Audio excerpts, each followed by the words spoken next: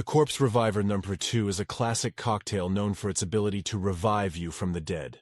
A perfect balancing act of gin, Cointreau, Lillet Blanc, lemon juice, and a touch of absinthe. You will need the following ingredients: 3/4 of an ounce gin, 3/4 of an ounce Cointreau. Triple sec can be used as a substitute. 3/4 of an ounce Lillet Blanc. Quina Lillet was originally used, but it is no longer available. 3/4 of an ounce fresh lemon juice. 1 dash absinthe. Can substitute with pastis or another anise-flavored liquor. Garnish lemon twist. For equipment you will need cocktail shaker, jigger, strainer, chilled cocktail glass. Here are the instructions. Add gin, Cointreau, Lillet Blanc, lemon juice, and absinthe into a cocktail shaker with ice. Shake well until the mixture is chilled. Strain the mixture into a chilled cocktail glass. Garnish with a lemon twist.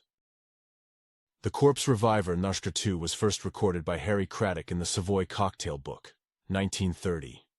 It's part of a family of Corpse Reviver cocktails meant to be consumed as a hair of the dog remedy.